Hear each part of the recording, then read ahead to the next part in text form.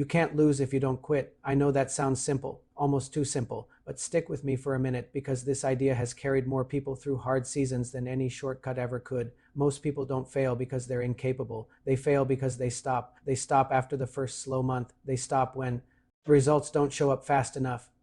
They stop when doubt creeps in and starts whispering, maybe this just isn't for me. And if you're Gen X like me, you've seen this play out over and over. We were taught to grind, put your head down, work harder, stick it out, but no one really talked about what happens when the system you were loyal to stops working for you. Here's the truth most people don't like hearing.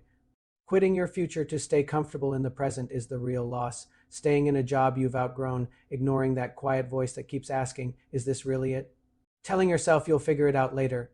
When later keeps getting pushed further away, that's not stability. That's slow erosion. Now let me be clear. Not quitting doesn't mean blindly banging your head against a wall. It means adjusting, learning, and staying in the game long enough for momentum to show up. Most people underestimate how close they are to a breakthrough. They're one skill away, one mindset shift away, one system away from something finally clicking, but instead they quit and start over somewhere else. Different job, different idea, same cycle. What changed things for me wasn't talent or luck.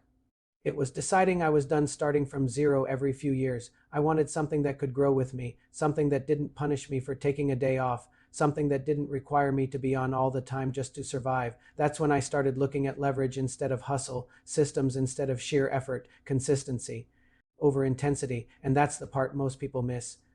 You don't need to win overnight, you just need to refuse to quit on yourself. Progress compounds quietly, confidence builds when you keep small promises to yourself, and eventually what once felt impossible starts to feel normal. If you're watching this and you feel stuck, overwhelmed, or behind, hear this clearly. You're not broken, you're not too late, you haven't failed.